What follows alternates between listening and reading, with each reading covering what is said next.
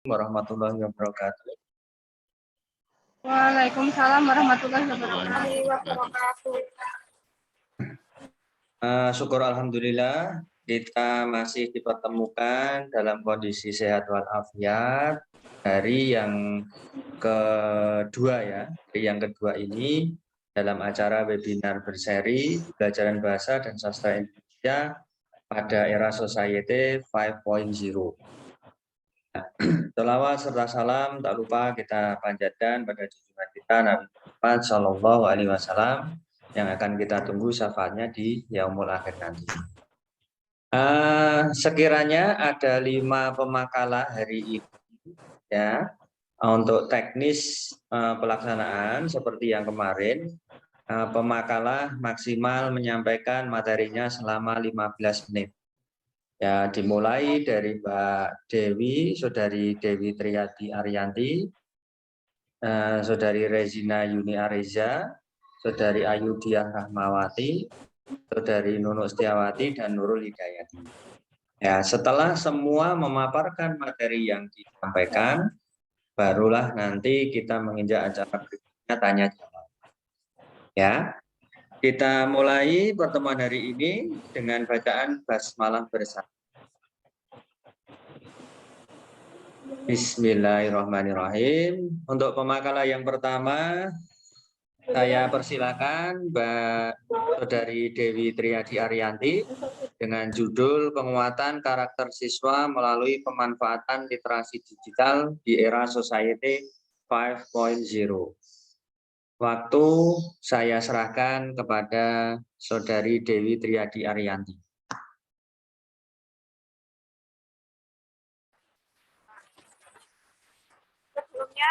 Assalamualaikum warahmatullahi wabarakatuh. Waalaikumsalam warahmatullahi wabarakatuh. Yang terhormat Bapak Rektor,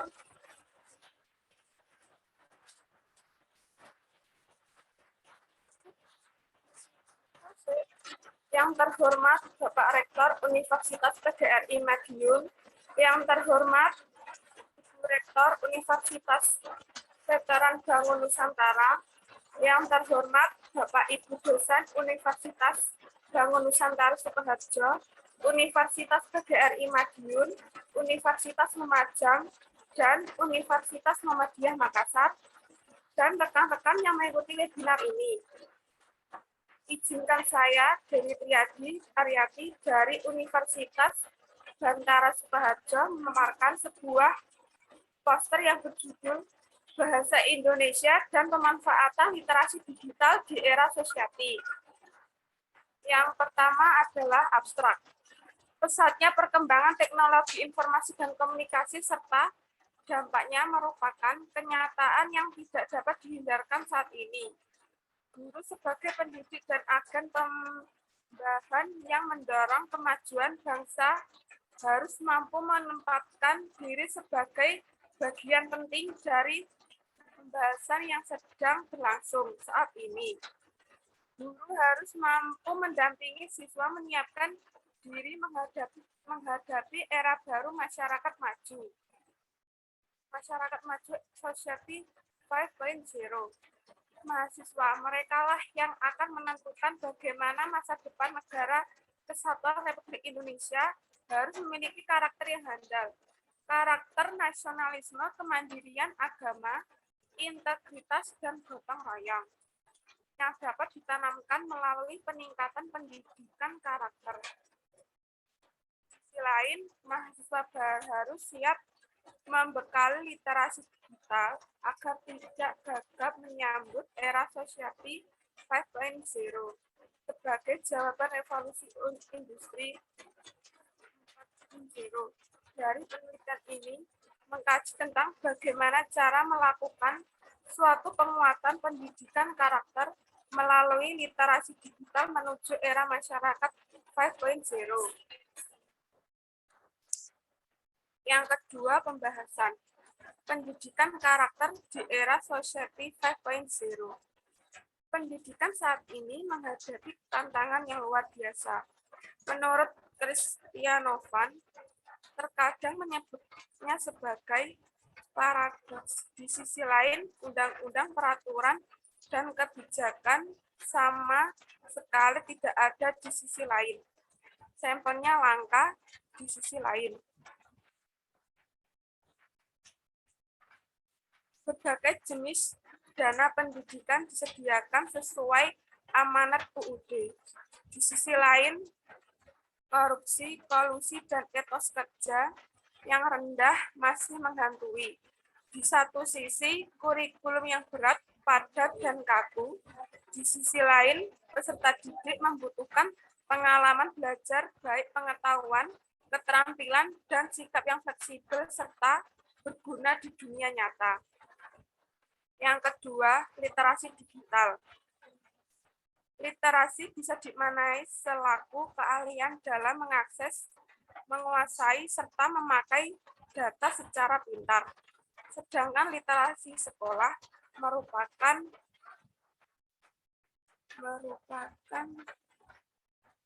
keadaan mengakses, menguasai, serta memakai suatu secara pintar lewat bermacam kegiatan antara lain membaca, memandang, menyimak, menulis, serta berdialog. Literatur yang berupa digital serta ada secara daring hendak jadi wahana untuk partisipan didik melaksanakan literasi digital. Literasi digital pula berakar pada literasi fisik serta literasi data.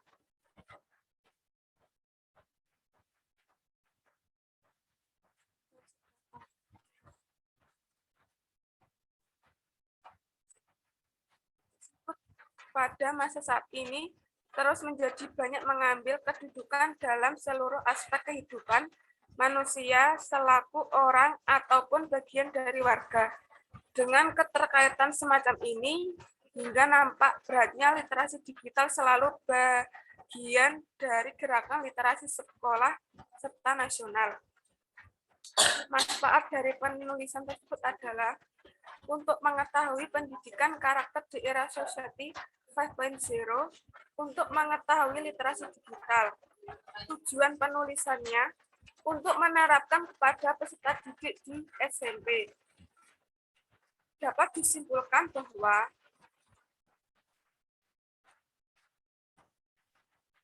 penguatan pembelajaran karakter lewat literasi digital bisa jadi suatu strategi dalam rangka mengalami masa society 5.0. Lewat literasi digital, upaya penguatan terhadap 5 kepribadian utama ialah nasionalisme, kemandirian, religiusitas, integritas, serta gotong royong bisa ditumbuh kembangkan secara efektif, secara sistematis. Penerapan literasi spesialnya literasi digital dicoba secara terencana dengan mengaitkan seluruh pihak yang terpaut dengan berbasis kelas, sekolah, serta warga. Literasi digital berbasis sekolah, serta kelas di SMP yang telah saya survei terlaksana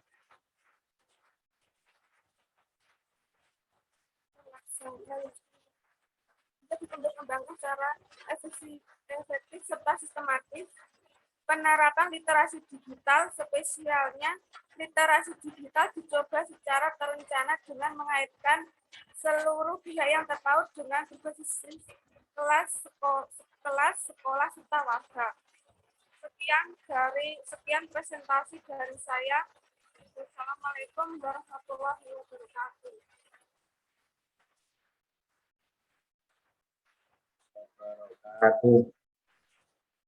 Terima kasih Saudari Dewi Triadi Ariyanti. Lanjutkan untuk yang pemakalah kedua, Saudari Ayu Rezina Yuni Areza ya, dengan judul Strategi dan Metode Era Society, Implikasinya dalam Pembelajaran Puisi. Waktu saya serahkan kepada Saudari Rezina. Baik, Pak. Terima kasih. Izin share screen.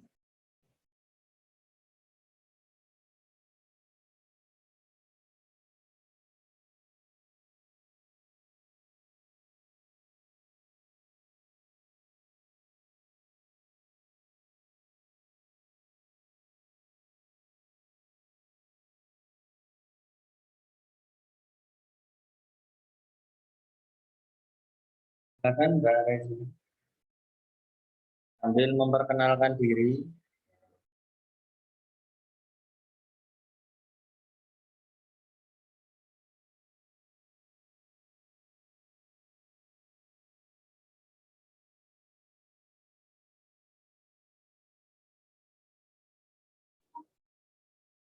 Sebelumnya, Assalamualaikum warahmatullahi wabarakatuh. Di sini saya akan memaparkan strategi dan metode pembelajaran di era Society 5.0, implikasinya dalam apresiasi puisi jenjang SMA.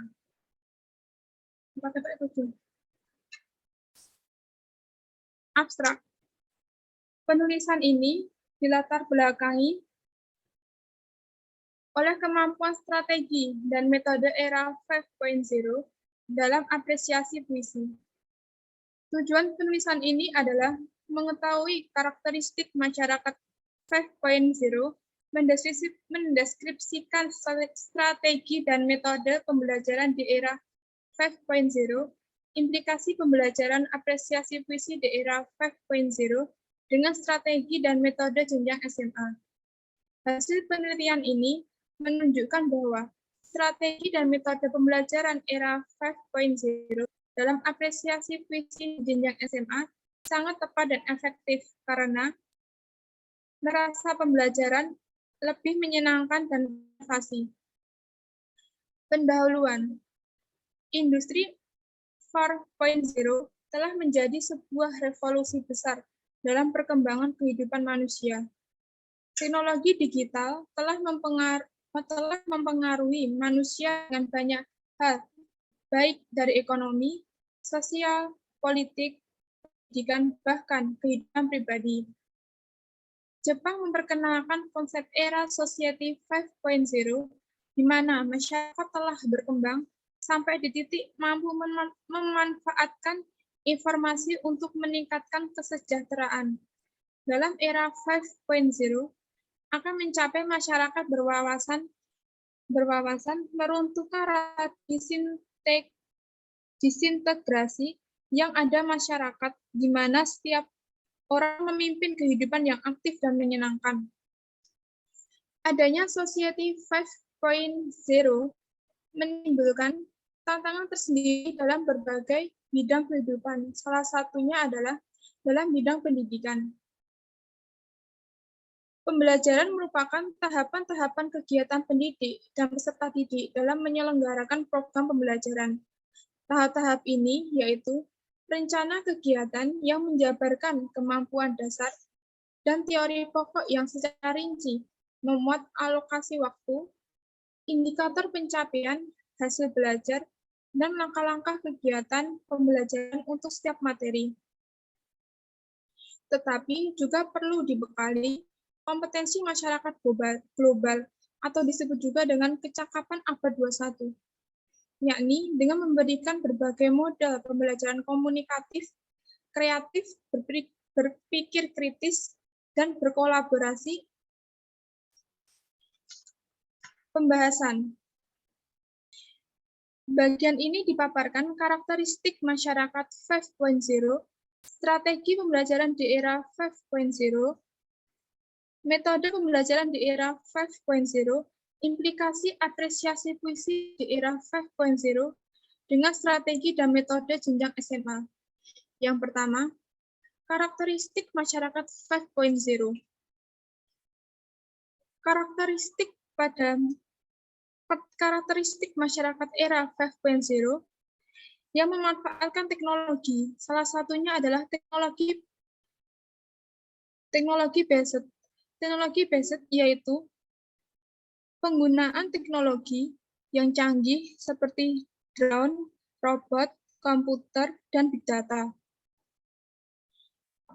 dan perkembangan karakteristik masyarakat juga ditandai dengan pola kehidupan masyarakat yang diketahui banyak kekurangan pribadi yang berintegritas dan berwawasan luas. Pribadi-pribadi yang kurang berintegritas tersebut dapat terjadi dikarenakan pola hidup dan pengaruh gaya kebarat-baratan, yang menurut penulis, hal tersebut juga telah melunturkan budaya yang ada di bangsa ini. Yang kedua, strategi pembelajaran di era 5.0. Strategi pembelajaran sebagai rencana tindakan termasuk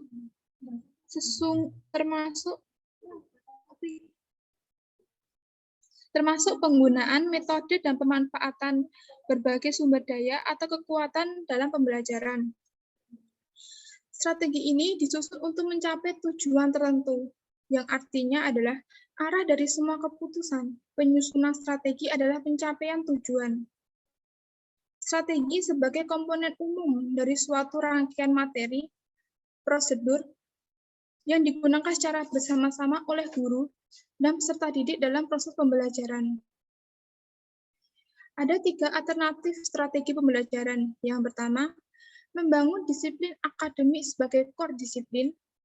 Dasar keilmuan harus tegas sebagai basis keilmuan yang tidak akan hilang. Yang kedua, mengembangkan sosial efisiensi, peserta didik merencanakan pembelajaran yang memberi pengalaman. Yang ketiga, mengembangkan peran sosial dengan mempersiapkan peserta didik dengan karakter yang senantiasa memerang ketidakadilan di masyarakat dengan rekayasa sosial. C. Metode pembelajaran era 5.0. Metode pembelajaran era 5.0 ada 2, yaitu PBL dan Inquiry Learning Model. Pembelajaran berdasarkan masalah PBL tidak dirancang untuk membantu guru memberikan informasi yang sebanyak-banyaknya kepada siswa. Akan tetapi, pembelajaran berbasis masalah dikembangkan untuk membantu siswa mengembangkan kemampuan berpikir, pemecahan masalah yang dikembangkan untuk membantu siswa berpikir, pemecahan masalah, dan keterampilan intelektual, dan belajar melibatkan orang tua mereka dalam pengalaman nyata dan menjadi pembelajaran yang mandiri. Inquiry Learning Model adalah rangkaian kegiatan pembelajaran yang menekankan pada proses berpikir secara kritis dan analisis untuk mencari dan menemukan sendiri jawaban dari suatu masalah. Dan yang terakhir adalah implikasi apresiasi puisi di era 5.0 dengan strategi dan metode jenjang SMA. Pembelajaran apresiasi puisi di SMA penting bagi guru dan sekolah adalah bahwa pembelajaran harus merujuk pada 4 strategi pembelajaran abad 21, yaitu berpikir secara kritis, dan pemecahan masalah, kreatif dan inovasi, kolaborasi dan komunikasi, atau juga disebut 4C. Untuk mengetahui pembelajaran pada masa mendatang, muncullah eksplorasi keterampilan global yang diperlukan di semua bidang, yakni critical thinking, creative communication, and collaboration. Dan selanjutnya, berkembang dan menambahkan 3 hal, yaitu belajar karir, teknologi komputasi, pemahaman lintas budaya, atau disebut dengan 7C. Pada inovasi pendidikan era 5.0, telah dikembangkan dan diimplementasikan pembentukan kurikulum yang mengarah pada kompetensi dasar guru. Peran guru juga sangat penting dalam pembelajarannya. Dari perubahan kemajuan teknologi begitu pesat, hal ini juga berpengaruh pada apresiasi puisi di SMA. Pengoptimalan teknologi dapat meningkatkan imajinasi dan keefektifan peserta didik. Simpulan, era society secara langsung atau tidak langsung akan berpengaruh pada segala bidang kehidupan. di bidang pendidikan harus diperkuat dan perubahan kompetensi pembelajaran ini menerapkan pembelajaran yang inovatif. Untuk itu, guru harus mengoptimalkan strategi pembelajaran dengan 4C, critical thinking, creative communication, dan collaboration. Sekian dari saya. Bila ada salah kata, saya mohon maaf. Wassalamualaikum warahmatullahi wabarakatuh. Waalaikumsalam warahmatullahi wabarakatuh. Terima kasih Saudari Resina Yuni Areza. Mohon share screen-nya untuk ditutup kembali. Kita lanjutkan pemakalah materi yang ketiga. Saudari Ayu Diah Rahmawati dengan judul pemanfaatan kegiatan literasi dalam pembelajaran bahasa Indonesia di era Society 5.0. Silakan Saudari Ayu Diah Rahmawati. Baik, Saya Pak. serahkan waktu sepenuhnya. Ya, izin saya screen.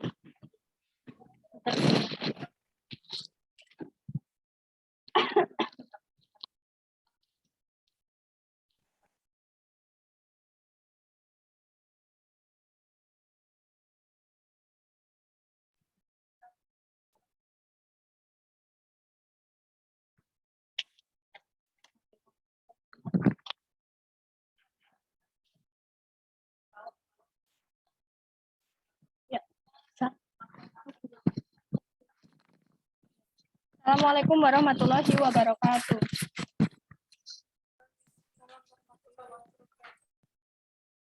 Yang saya hormati Bapak Ibu dosen Universitas Bandara Sukoharjo, yang saya hormati Bapak Ibu dosen Unifma, yang saya hormati Bapak Ibu dosen Universitas Lumajang, yang saya hormati Bapak Ibu dosen Universitas Muhammadiyah Makassar, dan teman-teman semua yang berbahagia.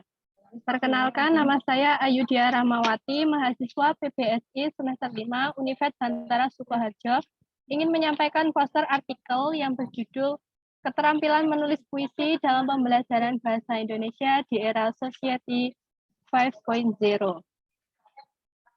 Abstrak.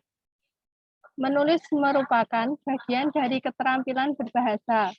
Tulisan seseorang secara tidak langsung akan mencerminkan bahasanya.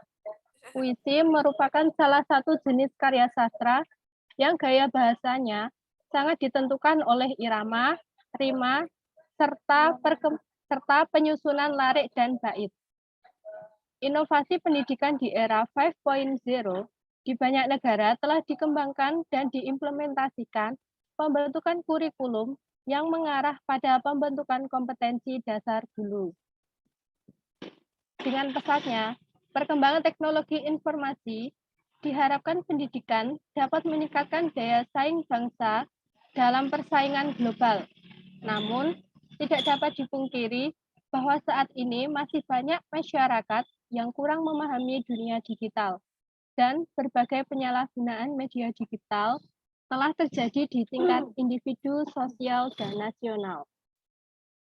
Pendahuluan, keterampilan berbahasa meliputi 4 aspek, yaitu menyimak, aspek berbicara, aspek membaca, dan aspek menulis. Menulis merupakan bagian dari keterampilan berbahasa. Tulisan seseorang secara tidak langsung akan mencerminkan bahasanya. Dengan kata lain, tulisan seseorang akan mencerminkan pikirannya. Bahasa adalah sistem simbol yang bermakna dan mengartikulasikan suara yang sewenang-wenang dan konvensional yang digunakan sebagai alat komunikasi oleh sekelompok manusia untuk melahirkan perasaan dan pikiran. Artinya, bahasa dapat digunakan sebagai media komunikasi untuk menyampaikan perasaan dan pikiran manusia. Menulis sebagai suatu keterampilan adalah salah satu kemampuan bahasa yang dalam rangka selalu menempatkan di akhir setelah kemampuan mendengarkan, berbicara, dan membaca.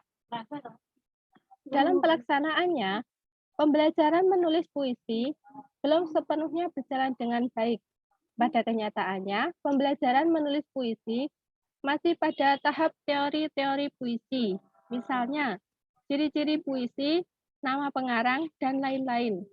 Pembelajaran menulis puisi di sekolah masih banyak kendala dan cenderung dihindari.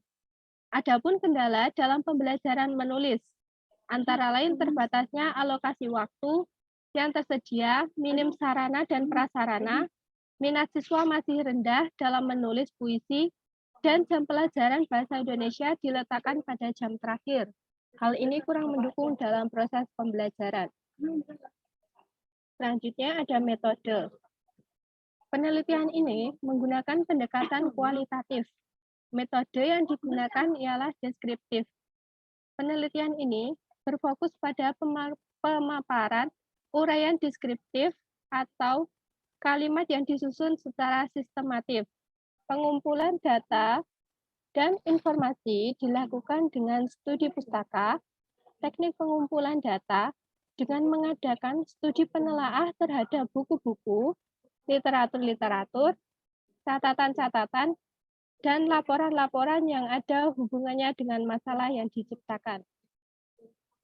Teknik ini digunakan untuk mendapatkan data sekunder yang akan digunakan sebagai perbandingan antara teori dengan prakteknya di lapangan. Data sekunder melalui metode ini diperoleh dengan browsing di internet, membaca berbagai literatur, hasil kajian dari peneliti terdahulu, catatan perkuliahan, serta sumber-sumber lain yang relevan. Selanjutnya kita masuk ke pembahasan. Pembelajaran sastra di Indonesia pada dasarnya bertujuan untuk memupuk kepekaan perasaan dan penalaran peserta didik terhadap sebuah karya sastra. Pembelajaran sastra sebaiknya adanya suatu inovasi. Inovasi pendidikan di era 5.0 di banyak negara telah dikembangkan dan diimplementasikan pembentukan kurikulum yang mengarah pada pembentukan kompetensi dasar guru. Mengingat peran guru sangat penting ketika pola pembelajaran mengalami pergeseran. Hal ini dampak dari perubahan kemajuan ilmu pengetahuan dan teknologi yang begitu pesat. Segala macam informasi dapat diakses dengan mudah melalui teknologi informasi. Setiap orang dapat menambah ke berbagai pelosok penjuru dunia untuk memperoleh informasi. Setiap orang dapat mengenai hal-hal yang diperlukan sebagai pengetahuan. Menjelaskan bahwa beban kerja guru masa mendatang akan semakin bertambah, terutama karena perubahan cepat yang terjadi dalam masyarakat yang diakibatkan adanya perubahan nilai secara mendasar. Perubahan sebagai konsekuensi dari pemanfaatan teknologi komunikasi yang semakin dahsyat. Pada tahap apresiasi, guru menjelaskan tentang kompetensi dasar yang akan dipelajari, menjelaskan tujuan pembelajaran yang akan dipelajari, dan menjelaskan tentang materi yang pernah dipelajari siswa, tentang menulis pengalaman yang pernah dialami. Kegiatan inti, siswa memperhatikan media yang dipasang guru, berupa gambar-gambar dengan pilihan gambar pemandangan, bunga, binatang, peristiwa bencana alam, dan kemudian siswa mengidentifikasi tentang peristiwa yang dialami dengan contoh media gambar tersebut. Setelah melihat contoh gambar itu, siswa diberi tugas untuk memilih salah satu peristiwa yang pernah dialami untuk dijadikan puisi. Kemudian, siswa berlatih menulis larik-larik puisi dengan pilihan kata yang tepat dan rima yang menarik. Siswa bertukar hasil posisinya. Siswa bertukar hasil puisinya. Setiap siswa menyunting hasil puisi temannya dari pilihan kata dan rimanya dengan cara mengamati dan menilainya. Setiap kelompok memilih puisi terbaik di kelompoknya untuk ditampilkan di depan, kemudian kelompok lain menilai dengan format penilaian yang sudah disediakan penulis. Kegiatan akhir, setelah siswa tampil, setiap kelompok memberikan penilaian dalam kegiatan ini membacakan puisi di depan kelas. Kemudian diberikan tes individu. Dalam kegiatan akhir ini, penulis dan siswa memberikan penghargaan kepada siswa yang telah membuat puisi yang terbaik. Kemudian, siswa dan guru mengadakan refleksi tentang kegiatan hari ini dan menyimpulkan materi yang telah dipelajari. Observasi pembelajaran dapat dilihat dari dua aspek. Pertama, penilaian individual, yaitu tentang menulis puisi dengan pilihan kata yang tepat dan rima yang menarik. Kedua, nilai kelompok melalui perwakilan siswa yang tampil di kelas. Media merupakan salah satu komponen pembelajaran. Melalui berbagai metode dan media pembelajaran, akan banyak berinteraksi secara aktif. Media harus dapat kita manfaatkan secara maksimal. Dengan pembelajaran menggunakan media akan meningkatkan proses pembelajaran dan meningkatkan kemampuan siswa. Media merupakan salah satu komponen pembelajaran. Dengan pembelajaran menggunakan media akan meningkatkan proses belajar mengajar dan meningkatkan kemampuan siswa. Selanjutnya ada kesimpulan. Dari keseluruhan data hasil penelitian, kesimpulan dari penelitian ini yaitu pelaksanaan proses belajar mengajar menulis kreatif puisi berkenaan dengan peristiwa yang pernah dialami cukup baik. Hal ini dapat dibuktikan dengan hasil perolehan nilai siswa, baik individu maupun kelompok, mendapatkan nilai yang di atas cukup. Kreativitas siswa dalam pembelajaran dengan moda pembelajaran melalui media gambar menunjukkan peningkatan. Hal ini dapat memperbaiki sistem pengajaran yang ada, yang selama ini terlihat kecenderungan adanya kurang kreatif dengan model mengajar guru. Sekian paparan poster dari saya. Apabila ada salah kata, saya mohon maaf. Sekian. Wassalamualaikum warahmatullahi wabarakatuh. Waalaikumsalam warahmatullahi wabarakatuh. Terima kasih Saudari Ayu Diah Rahmawati. Seperti yang sebelumnya, silakan untuk share screen-nya dikembalikan. Kita lanjut ke Ibu Nunuk Setiawati. Kelihatannya ini ibu guru kita ya, teman-teman mahasiswa dari Univet. Antara ini bisa nanti menggali lebih dalam ya apa yang disampaikan oleh Bu Nunuk dengan pengalaman beliau ya menjadi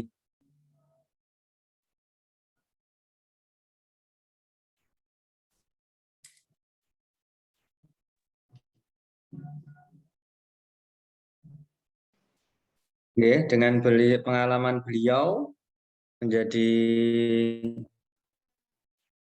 pengajar ya kan. Nah, ini mungkin bertahun-tahun ini pengalamannya dalam mengajar. Monggo Bu Nunuk untuk bisa menyampaikan materinya. Mohon maaf sebelumnya saya keluar masuk ini kelihatan. Silakan Ibu Nunuk Setiawati. Bu Nunuk ini kepala sekolah, Mas. Bismillahirrahmanirrahim. Assalamualaikum warahmatullahi wabarakatuh. Terdengar suara saya? Iya, Bapak. Terdengar. Bu, tidak saya pakai Terdengar, Bapak. tidak saya pakai background, Bu, biar kelihatan wajahnya. Oh, Pak Muklis, Bu Nunuk ini kepala sekolah. Beliau. Nah, gitu aja, Bu. Oke, monggo Bu Nunuk. Bismillahirrahmanirrahim. Assalamualaikum warahmatullahi wabarakatuh.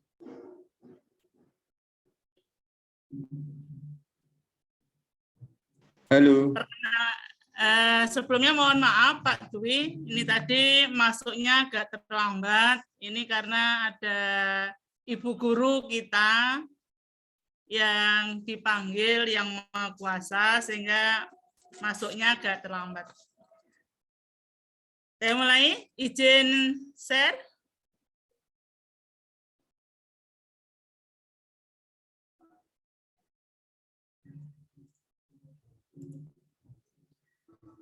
Bismillahirrahmanirrahim. Assalamualaikum warahmatullahi wabarakatuh. Yang saya hormati Bapak Dwi Rohman Soleh, MPD, dosen PBSI S1 FKIP dan MPBSI S2 Unipma. Yang saya hormati dosen Universitas Veteran Bangun Nusantara, yang saya hormati Universitas Lumajang, yang saya hormati adalah Universitas Muhammadiyah Makassar. Alhamdulillah, puji syukur kehadirat Allah, walaupun dalam lewat online kita masih bisa menjalin silaturahim.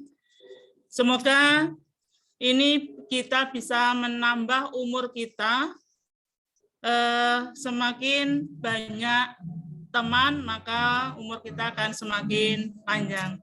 Perkenalkan, nama saya adalah Ibu Nunu Setiawati. Di sini saya akan memaparkan atau membinarkan peningkatan kemampuan menulis teks melalui metode inquiry dan media gambar pada siswa kelas 7 SMP Negeri 8 Madiun tahun pelajaran 2021 dan 2022. Oh iya, sebelumnya mohon maaf untuk selamat Pak Mukhlis Fajar sebagai moderator, belum saya sebutkan. Oh, bukan pengalaman Bapak, ini hanya share saja, kita menggali atau di sini posisinya adalah semuanya adalah mencari ilmu untuk kita nanti ke depannya untuk anak-anak bangsa. Seperti itu. Untuk pengalaman mungkin lebih banyak Pak Dwi atau Panjenengan yang sudah berkecimpung. Untuk latar belakang pada webinar kali ini, yaitu peningkatan kemampuan menulis teks deskripsi melalui metode inquiry dan media gambar pada siswa kelas 7 SMP Negeri 8 Madiun, tahun pelajaran 2001-2002, itu latar belakangnya adalah karena pada di SMP 8 khususnya, karena saya di sini baru 1 tahun di dalam menjabat, saya lihat kondisi ideal di dalam pembelajaran bahasa Indonesia, khususnya adalah di SMP 8, itu target keinginan kurikulum 2013, semua peserta itu dapat mencapai tingkat fungsional, yakni berkomunikasi baik secara lisan dan tulis untuk menyelesaikan masalah sehari-hari.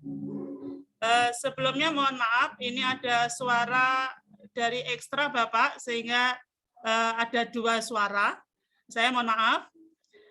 Tujuan di sini bisa dicapai melalui 4 keterampilan, yaitu bisa mendengar, berbicara, membaca, dan menulis. Salah satunya adalah berkomunikasi secara tertulis. Kemampuan berkomunikasi secara tertulis sangat penting bagi hidup seorang. Oleh sebab itu, siswa dituntut memiliki kemampuan menulis. Dilihat dari hasil wawancara dan hasil pada saat jam literasi, itu anak-anak kadang-kadang disuruh untuk menceritakan pengalaman dalam 1 minggu, ternyata teks atau kemampuan menulisnya jauh dari yang kita inginkan. Itu bisa dilihat pada saat keterampilan menulis, siswa masih belum maksimal. Terus pada saat PPDB, pada saat pembagian kelas, itu anak-anak memang dibuat jadwal untuk mengetahui grade mana kelas atas maupun kelas bawah, yang artinya ada pemilihan kelas unggulan, karena di dalam kelas unggulan nantinya kita akan mencetak anak-anak yang sekiranya pandai di bidang misalkan di bidang IPA, nanti di dalam ekstranya diarahkan ke Olimpiade IPA. Begitu juga anak-anak yang menguasai matematika, maka nanti ke depannya dalam ekstranya diarahkan untuk ikut ekstra Olimpiade matematika. Sehingga pada awal pembentukan kelas ini dibuat semacam tes yang tujuannya adalah ke situ. Terus dilihat hasil tes itu 57,67% siswa itu belum mampu mencapai KKM. Untuk SMP 8 dibandingkan SMP yang lain, itu KKM-nya artinya masih 68, belum sampai 75. Dan dilihat dari hasil tersebut, siswa dalam menulis karangan, itu kalimat-kalimatnya tidak terstruktur. Isi dan karangannya keluar dari ide atau topiknya. Kadang-kadang tidak didukung dengan kalimat pendukungnya. Terus kadang-kadang pada saat anak-anak itu diajak wawancara, kadang-kadang kesulitan di dalam memilih kata. Ini mungkin karena kurangnya inovasi dan kesadaran siswa dalam menulis teks deskripsinya. Sehingga dari kondisi tersebut, penulis mencoba ingin memecahkan masalah dengan menggunakan metode inquiry berbasis pembelajaran dengan media gambar. Karena inquiry adalah proses umum yang biasa digunakan seseorang untuk mencapai atau untuk mencari, untuk memahami informasi sebagaimana disampaikan oleh Trianto. Itu adalah inquiry adalah rangkaian kegiatan belajar yang melibatkan secara maksimal seluruh kemampuan siswa untuk mencari dan menyelidiki secara sistematis, kritis, logis, analitis, sehingga mereka bisa memutuskan sendiri penemuannya dengan penuh percaya diri. Untuk inquiry sendiri diawali dengan memberikan masalah. Masalah yang diajukan di sini adalah masalah yang terkaitan dengan penulisan kata yang sudah dirancang oleh guru. Setelah itu guru menyampaikan beberapa pertanyaan menuju pada masalah yang harus dipecahkan oleh anak tersebut. Karena dengan pertanyaan, guru akan membantu siswa untuk menggunakan pikiran sebagaimana yang disampaikan oleh San. Setelah menyampaikan beberapa pertanyaan, guru akan membimbing siswa untuk menemukan jawaban-jawaban dari pertanyaan tersebut. Setelah itu, langkah selanjutnya adalah mengumpulkan dan menganalisis jawaban tersebut untuk disimpulkan. Itu adalah dari latar belakang. Sedangkan untuk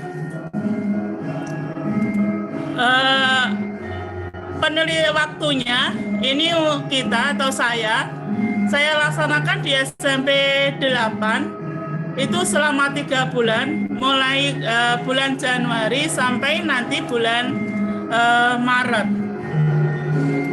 Terus untuk langkah-langkah pelaksanaannya, ada perencanaan, ada pelaksanaan, ada pengamatan, dan refleksi.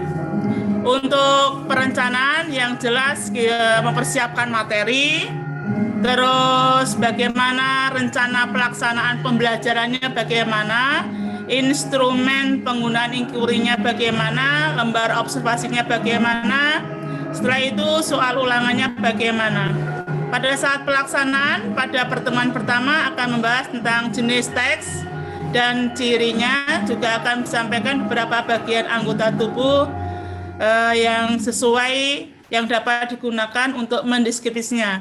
Untuk pertemuan kedua ini akan lebih kompleks lagi, yaitu peserta didik berlatih untuk membuat kalimat sesuai dengan deskripsikan pada gambarnya. Pada pengamatan yang jelas mengamati prosesnya, sedangkan pada saat refleksi pada langkah ini pengolahan data untuk mengulas sejauh mana keefektifan metode inquiry ini dapat dalam pembelajaran menulis itu juga akan mencari kelebihan dan kelemahan pada metode inquiry tersebut.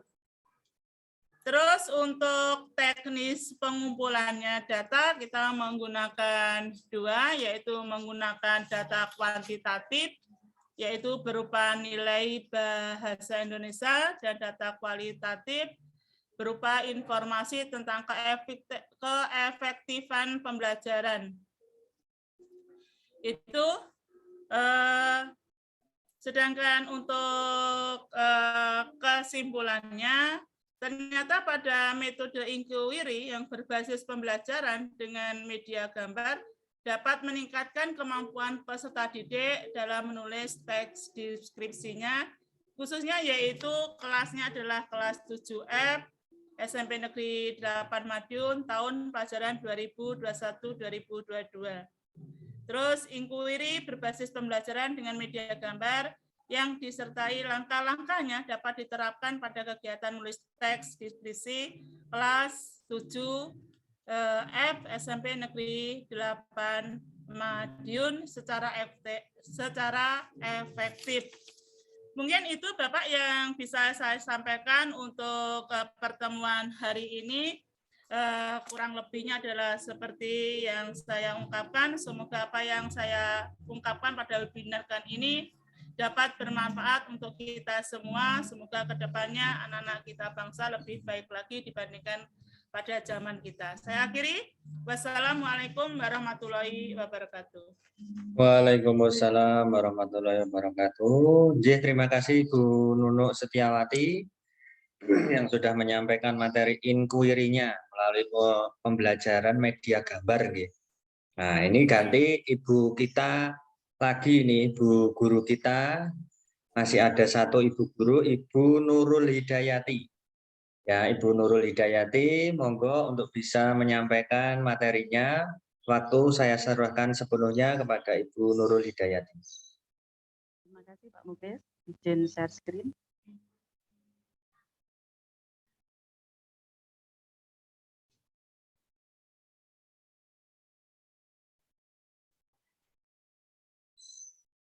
Sampun terlihat ya?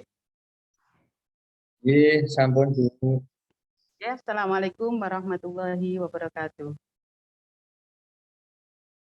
Kepada yang terhormat Bapak Dwi Rohman Soleh MPD, selaku dosen pengampu MPBSI di Unipma, kemudian juga terima kasih saya ucapkan kepada Bapak Muklis selaku moderator yang telah memberikan waktu kepada kami.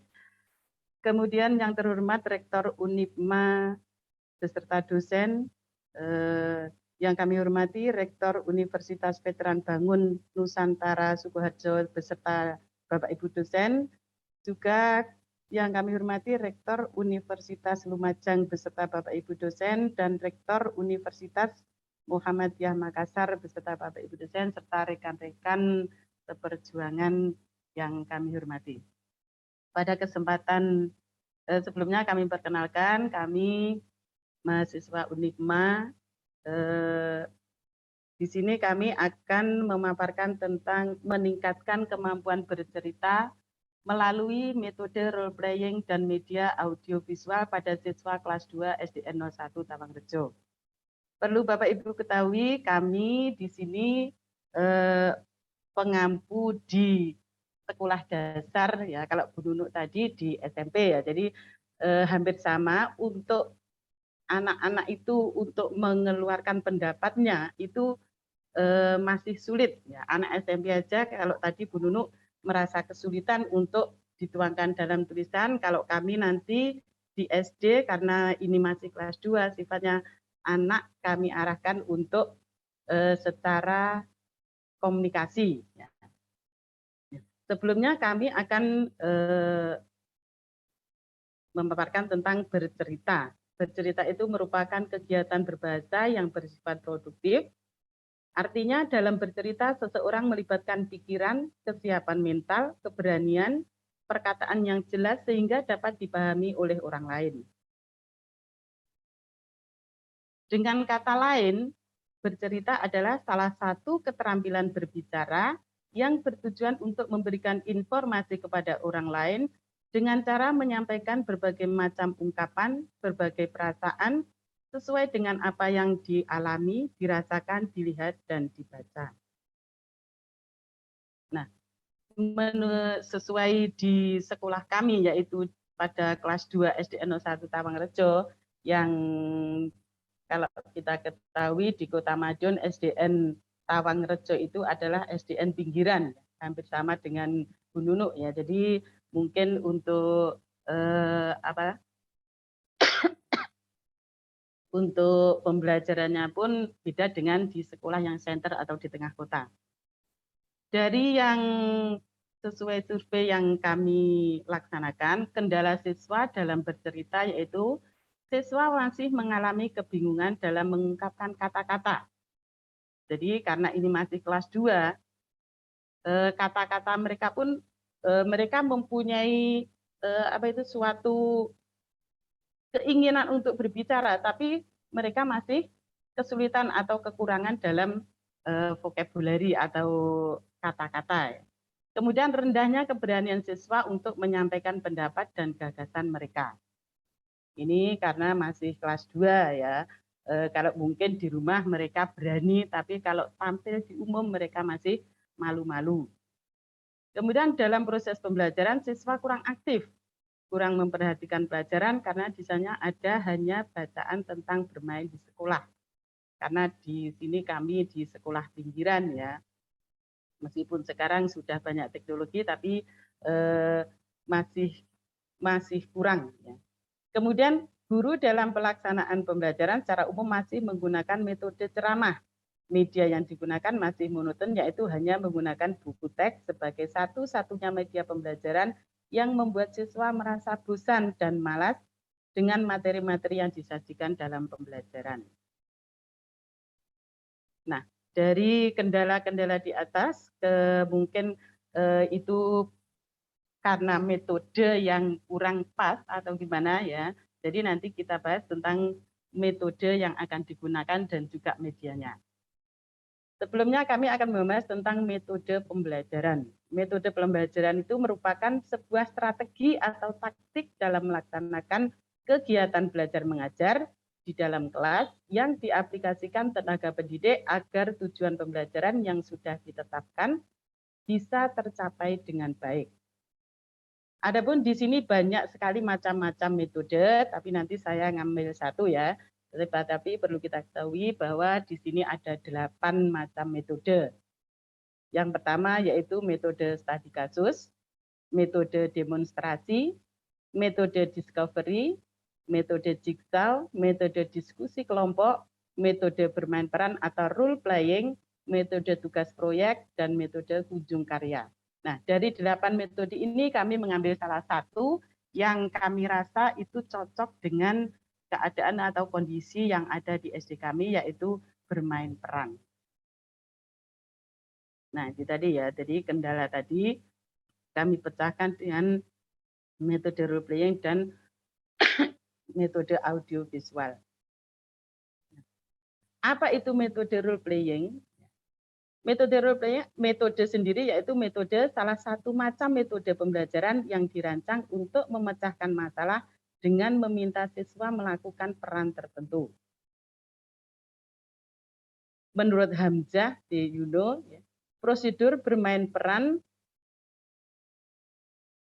terdiri dari 9 langkah.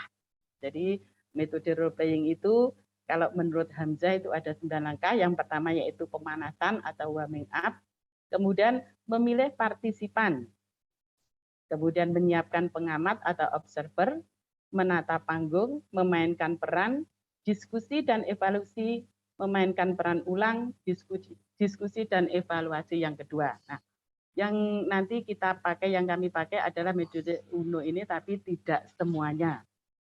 Kami sesuaikan dengan kondisi sekolah kami. Selain menggunakan metode role playing, penggunaan media juga perlu diperhatikan. Sebentar Ibu Nurul, PPT-nya belum jalan Ibu. Oh, belum jalan? Yeah. Masih di slide pertama. Oh, Bentar.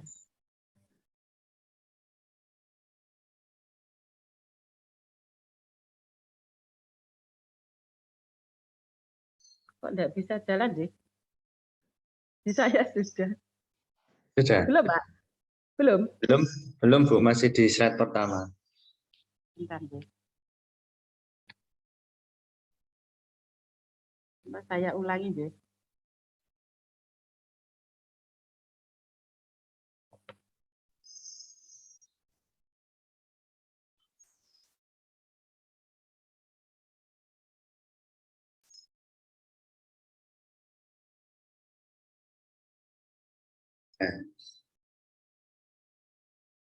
Ya. Tabut, Ji, sudah berjalan? Belum? ke bawah kan Bu, mungkin baru halaman pertama. Ini Di kalau di halaman. saya kok sudah deh. Oh, Iya. Bentar, kalau di bentar deh.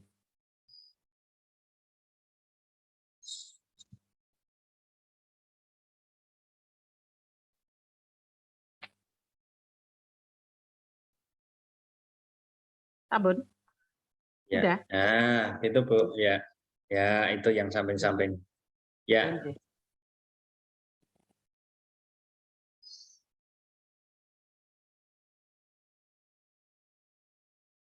Nah, ini ya. Tadi sampai media ya. Kita ketahui media adalah segala bentuk dan satuan saluran yang digunakan untuk menyampaikan informasi atau pesan. Jenis-jenis media itu ada 3, yaitu media visual, di mana media visual itu adalah media yang bisa dilihat, dibaca, dan diraba. Media ini mengandalkan indera penglihatan dan peraba. Contohnya, media foto, gambar, komik, gambar tempel, poster, majalah buku, miniatur, alat peraga. Kemudian jenis media yang kedua yaitu media audio. Media audio ini yang hanya bisa didengar saja, menggunakan indera telinga sebagai alurannya. Contohnya suara, musik dan lagu, alat musik, suara siaran radio dan kaset atau CD.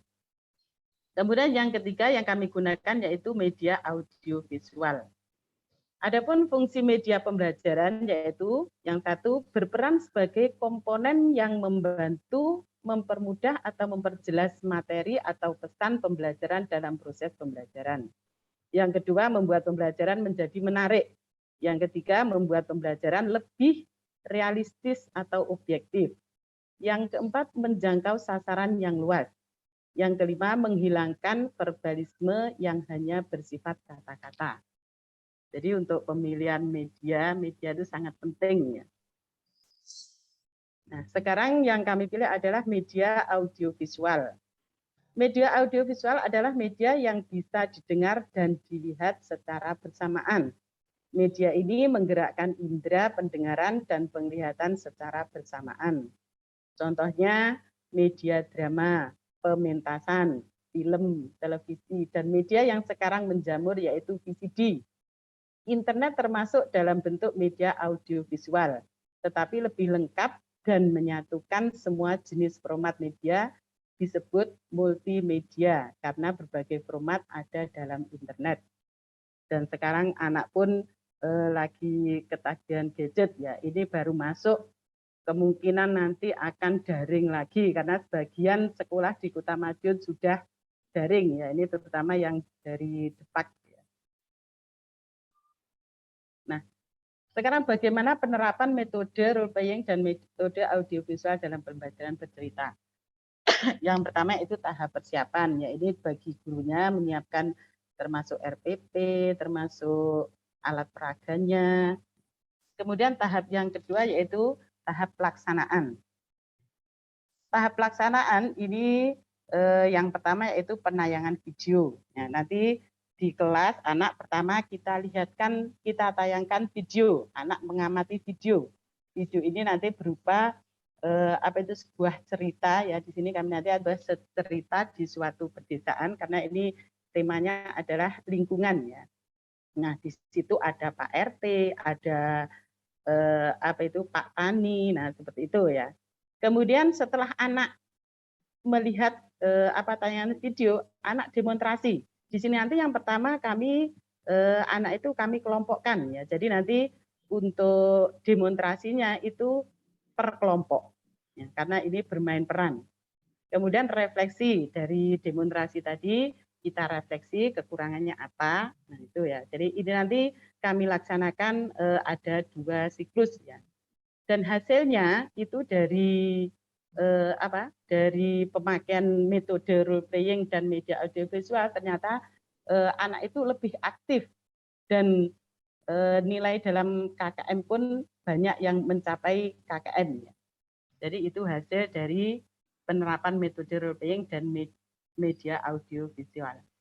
Mungkin itu yang dapat kami paparkan. Mudah-mudahan bermanfaat. Mohon maaf bila ada salah. Assalamualaikum warahmatullahi wabarakatuh. Waalaikumsalam warahmatullahi wabarakatuh. Terima kasih Ibu Nurul Hidayati. Semua pemakalah sudah menyampaikan hasil gagasan ataupun hasil dari penelitiannya melalui apa yang sudah dipaparkan. Kami buka 2 termin mungkin untuk sesi pertanyaan. Silakan jika ingin ada yang bertanya, menanyakan kepada pemakalah.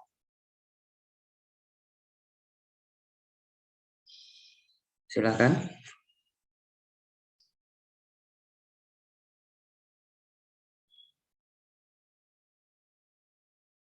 Pemakalah juga boleh bertanya, gitu. Mungkin teman-teman mahasiswa, Mbak Regina, Mbak Ayu, Mbak Dewi boleh bertanya ya kepada Ibu Nurul, Ibu Nunu yang lebih berpengalaman, yang sudah mengajar di SD dan di SMP, nah, itu bisa bertanya terkait dengan penerapan inquiry dan juga penerapan model bercerita, role playing. Nah, silakan, saya tunggu. Mungkin ada yang mau bertanya.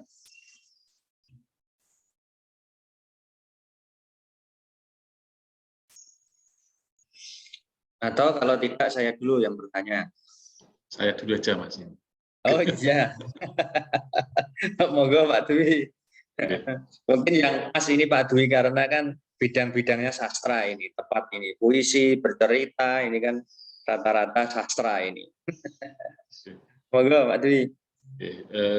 Dari teman-teman tadi yang di Univet itu terkait dengan pembelajaran dari puisi, puisi dan sebagainya, pembelajaran sastra itu mungkin yang perlu saya garis bawahi di sini terkait dengan masa yang akan datang. Ini basisnya sudah digital dan sebagainya. Kemudian mungkin bisa dikaitkan dengan literasi ya, dan disampaikan di tadi di latar belakang dan sebagainya. Mungkin teman-teman yang dari Univet tadi yang membahas terkait dengan pembelajaran yang dispesifikkan atau puisi tadi atau sastra secara umum, mungkin saya bisa ditanggapi bagaimana mensikapi kondisinya sekarang kan mereka lebih senang pegang HP, bermain HP dan seterusnya. Yang mungkin kalau idealnya memang Pak diisi materi pelajaran gitu loh, seperti itu. Tapi tidak mungkin, masih kalah dengan game seperti itu. Ini tantangan teman-teman juga yang di Univet yang semester 6 masih ya.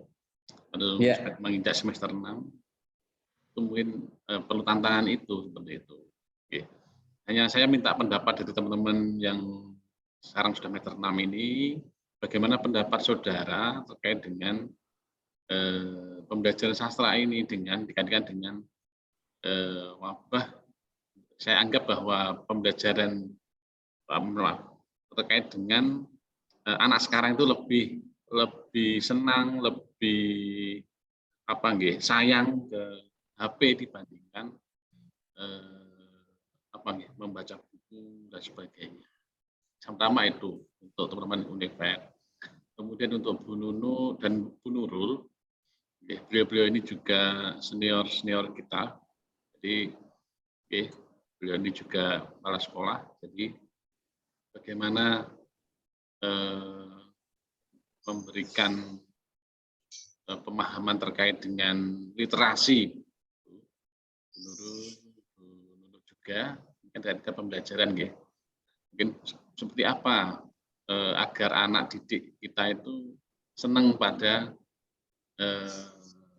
budaya literasi inilah seperti itu.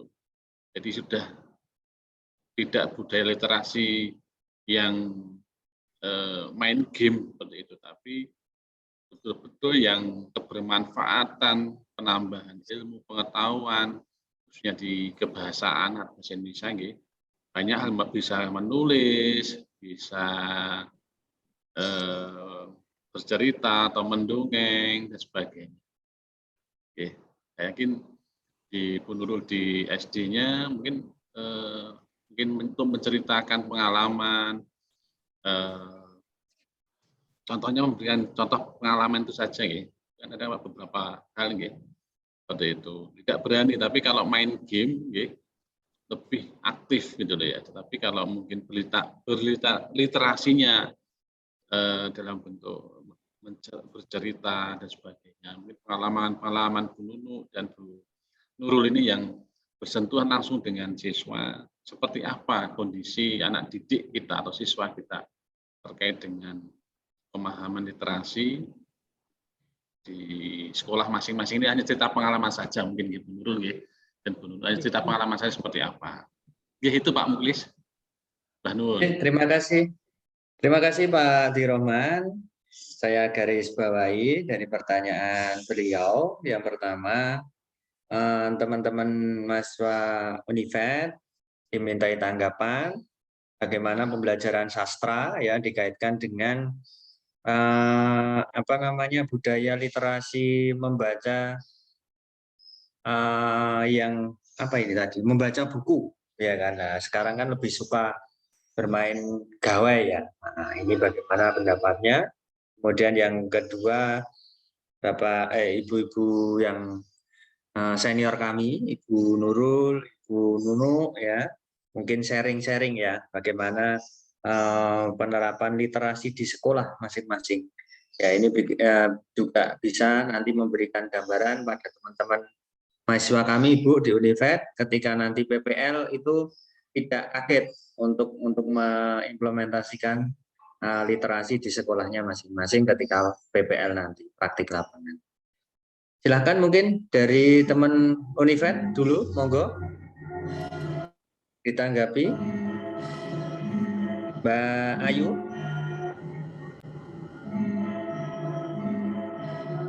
Sebentar Pak. Atau Ibu Nunuk dulu, monggo Ibu. Ibu Nunuk dulu dan Bu Nurul nanti setelah itu. Nyuwun sewu, ini agak bising ya. Ada kegiatan ekstra. Nyuwun sewu, terima kasih Bapak. Kaitannya dengan memberikan motivasi supaya anak-anak itu cenderung suka membaca. Itu memang untuk yang di SMP 8 sebelum jam pertama ini Bapak, ini 1,5 jam digunakan untuk membaca. Artinya dalam satu hari, hari Senin, Selasa, Rabu, Kamis itu untuk event literasi, yaitu 1,5 jam untuk belajar membaca. Untuk setiap harinya berbeda-beda. Untuk misalkan untuk hari Senin yaitu mengulas pengalaman dalam menulis saja, menulis apa yang diungkapkan untuk anak-anak. Kalau zaman dulu itu kayak buku catatan, sebelum kita mengenal HP, sebelum kita mengenal apa-apa, itu kayak punya buku pribadi, buku-buku catatan pribadi seperti itulah. Untuk hari Senin seperti itu. Hari Selasa itu anak-anak diarahkan untuk membuka webnya perpustakaan untuk membaca buku cerita. Tetapi memang ada kendala-kendala Bapak untuk yang di SMP 8 buku ceritanya belum banyak dibandingkan dengan yang keinginan anak-anak. Seperti itu hari Rabu itu adalah membaca pada saat jam pertama itu mapel apa. Setelah itu disuruh membaca, setelah suruh membaca, anak-anak disuruh menuliskan di buku jurnal. Di buku jurnal, setelah itu anak-anak disuruh ke depan, suruh menceritakan lagi apa yang ditulis tadi. Nah, buku jurnal mulai hari Senin, Selasa, Rabu itu saya agendakan, saya buat buku catatan kayak novel kayak gitu Pak, buku. Nah, itu nanti setelah buku saya bukukan, saya taruh di perpustakaan. Dari perpustakaan kan nanti bisa dibuka-buka lagi. Oh, anak ini 1 minggu kemarin itu pengalamannya apa, itu bisa dilihat. Seperti itu Bapak yang saat ini untuk SMP 8. Tetapi untuk hari Jumat, kenapa tidak ada literasi? Memang untuk mulai jam 7 kita sudah ada program Jumat Religi, sehingga seluruh anak-anak itu kita kumpul di lapangan, kita berdoa bersama-sama, karena kekuatan kita hanya di atas, kita hanya bisa berdoa dan berusaha untuk menanggulangi Alpha Event sekarang ini, di mana Madiun infonya adalah sudah level 3, banyak sekolahan yang sudah PJJ kembali, dan kita meminta, kita berdoa di atas sana, semoga alhamdulillah untuk SMP 8 tidak ada yang kena dibandingkan dengan SMP-SMP yang lain yang sudah ada PJJ 1 kelas, ada yang sudah PJJ 1 sekolahan. Nah, oleh sebab itu kita kuatkan pada hari Jumat. Mungkin itu yang bisa saya sampaikan untuk hari ini. Terima kasih Bapak. Oke, terima kasih Bu Nunu, sangat mengapresiatif ya teman-teman. Di sekolah di jadwal ya, Senin sampai Kamis ada jadwal untuk literasi. Ada yang menarik tadi web perpustakaan ya, walaupun ini buku ceritanya masih terbatas. Nah, ini nanti juga bisa menjadi lahan kita Pak Dwi. Mungkin cerita-cerita mahasiswa bisa kita tempel di web perpustakaan ya Ibu. Ya, makasih Bapak. Nah, ini bisa menjadi sebuah riset Bapak Ibu nanti bersama dengan Bapak Ibu guru, mahasiswa, teman-teman dari Unipma, dari Unifed juga mungkin menjadi sebuah loncatan ya, sebuah loncatan yang hebat ini nanti untuk menyiapkan literasi, bahan-bahan literasi untuk anak-anak SMP ya. Bu Nunu, terima kasih, sangat mengapresiasi. Mungkin Bu Nurul sharing punya pengalaman lain selain Ibu Nunu. Monggo Ibu Nurul. Terima kasih Pak Muklis ya. Memang ya kalau di Kota Madiun memang terutama di SD itu memang pagi ada jam literasi Bapak. Kalau di sekolah kami hari Senin itu karena upacara tidak ada literasi, cuma memang setiap hari membaca sebelum pembelajaran itu 15 menit kalau di SD ya. Di SD. Dan itu tidak hanya membaca, itu nanti anak disuruh merangkum ya. Jadi setiap hari ada itu apa, nah itu nanti juga ada buku tersendiri seperti yang di SMP itu ada buku tersendiri. Nah, tapi nanti realisasinya anak disuruh maju ya, setiap seminggu sekali secara bergantian ada waktunya ya. Kemudian di sekolah kami untuk hari Selasa pagi ya, sebelum literasi membaca pagi itu Asmaul Husna. Jadi karena kami tingkat SD ya anak-anak, kita biasakan membaca Asmaul Husna.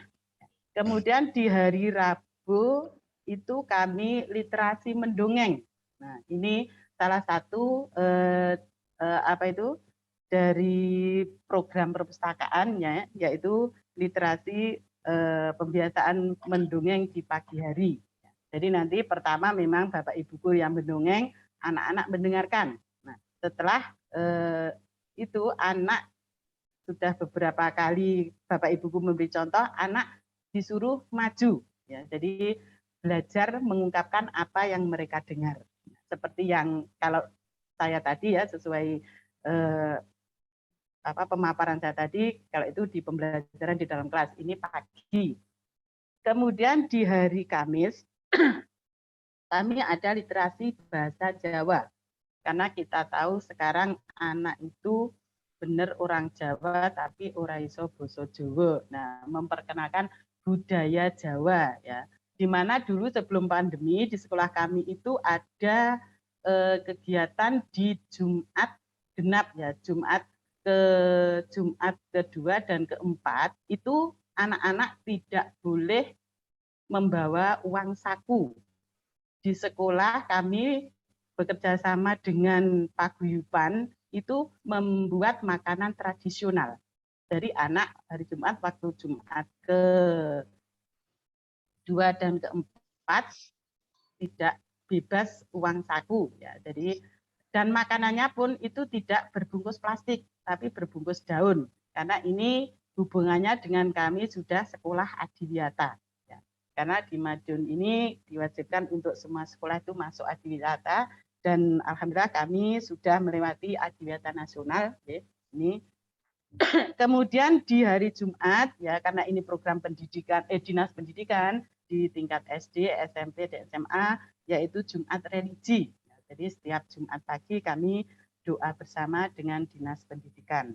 Kemudian di samping itu karena ini musim pandemi ya anak-anak kemarin tidak masuk, perpustakaan itu membuat program perpustakaan digital karena kita tahu anak-anak yang kemarin PJJ setiap hari pegang HP. Nah, di sini kami bekerja sama dengan perpustakaan kota membuat perpustakaan digital. Nah, di situ nanti anak tiap kelas dari wali kelas itu mewajibkan anak untuk membaca, jadi lewat HP ya, jadi tidak karena anak ada di rumah. Nah itu di situ sudah ada daftar buku, tapi sebelumnya memang mendaftar dulu jadi anggota perpustakaan. Nah di situ nanti kedepannya biar anak itu kita punya motivasi, itu nanti 1 bulan sekali kita umumkan anak yang paling banyak membaca itu nanti akan dikasih reward.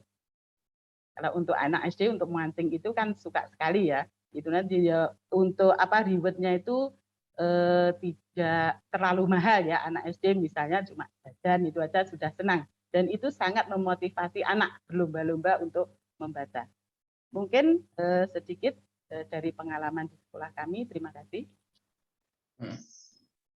Terima kasih Bu Nurul. Ini juga sangat mengapresiasi ya. Selain berliterasi baca tulis, ada literasi budaya, literasi religi, ya ini juga sangat mengapresiasi kita ya untuk apalagi nanti ketika teman-teman mahasiswa ini PPL juga bisa diterapkan di membantu Bapak Ibu guru yang ada di sekolah. Oke,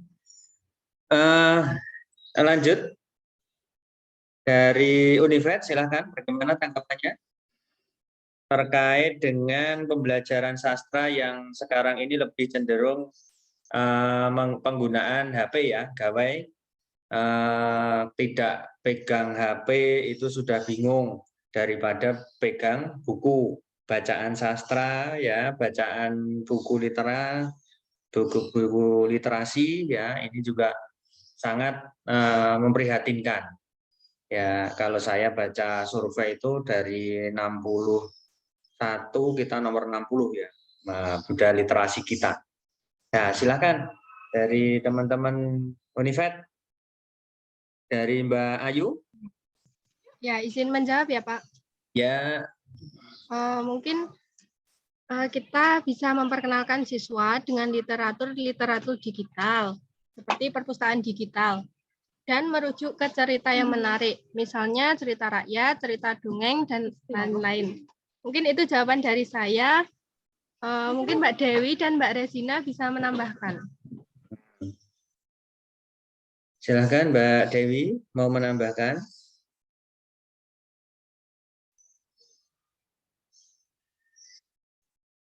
Mbak Resina.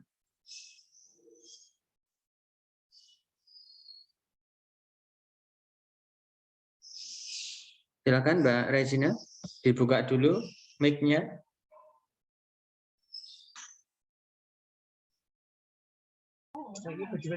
Izin menjawab, perkembangan zaman dan teknologi membuat membaca pun mengalami perubahan. Jika sebelumnya kita lebih membaca dalam bentuk lembaran teks atau teks tradisional, tapi saat ini membaca beralih teks dalam bentuk digital. Sehingga saat ini anak-anak kita membaca teks dalam bentuk e-book melalui perangkat laptop atau gawai yang mereka miliki. Saya lebih praktik, juga menghemat kertas. Contohnya sekarang banyak anak-anak yang lebih suka membaca novel online seperti Wattpad, dan dalam cerita novel tersebut pasti ada amanat atau pesan yang diambil manfaatnya. Dengan literasi dalam aspek membaca memberikan manfaat bagi siswa. Itu yang dapat saya sampaikan. Ya, Mbak Regina. Terakhir Mbak Dewi, bagaimana tanggapannya?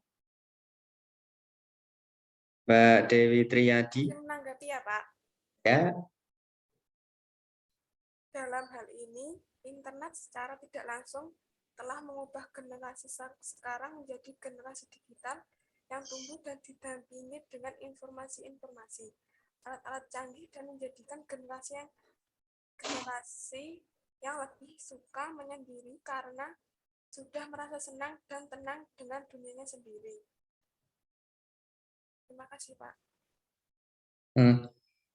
Gimana, Mbak? Bisa diulangi? Jangan cepat-cepat. Dalam hal ini, internet secara tidak langsung telah mengubah generasi sekarang menjadi generasi digital yang tumbuh dan didampingi dengan informasi-informasi, alat-alat canggih, dan menjadikan generasi yang lebih suka menyendiri karena sudah merasa senang dan tenang dengan dunianya sendiri. Ya, Mbak. Ya. Dan diharapkan lalu meningkatkan semangat belajar untuk menulis dan berkreativitas. Ya.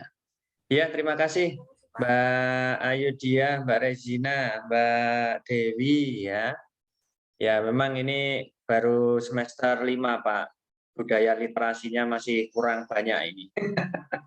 Ini kami ya sangat mengingatkan ya ketika menjawab ya kan, ketika ada pertemuan ilmiah ini sering-seringlah ikut ya agar tidak kaget ya kan. Nah, ini sudah cukup kami opiak-opiak Pak untuk acara-acara yang seperti ini agar atmosfer akademik itu nanti juga muncul dengan sendirinya. Ya, memang budaya literasi ya untuk teman-teman ya itu juga masih perlu ditingkatkan. Begitu, mungkin masih ada yang lain mau bertanya, menambahkan atau menyanggah?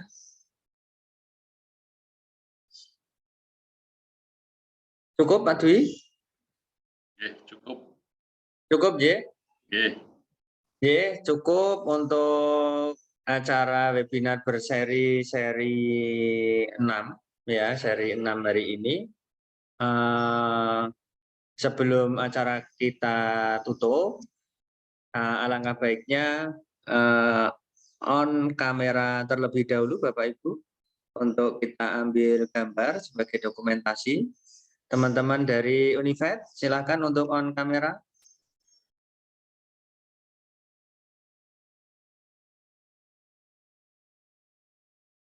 Mbak Sulis, Mbak Nila, Freddy, tolong semuanya untuk on kamera dulu. Kita mau ambil gambar sebentar. Mbak Sulis, Mbak Nila, Mbak Nastiti.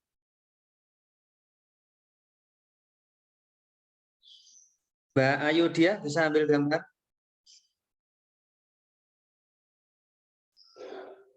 Ini kalau di layar saya belum terbuka semua ini.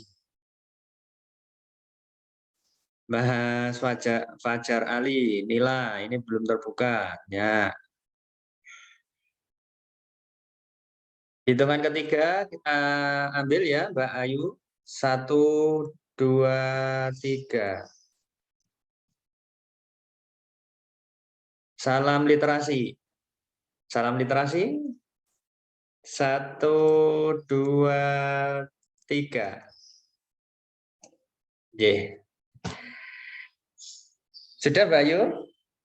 Terima kasih Bapak Ibu atas waktu kesempatannya setelah melaksanakan kegiatan seminar berseri hari ini. Agar kegiatan ini mendapatkan keberkahan, kita tutup dengan bacaan hamdalah bersama. Alhamdulillahirabbil alamin. Kurang lebihnya mohon maaf. Jika ada kata yang kurang berkenan dari saya, mohon maaf. Wabillahi taufiq wal hidayah. Wassalamualaikum warahmatullahi wabarakatuh. Waalaikumsalam. Waalaikumsalam. Warahmatullahi wabarakatuh.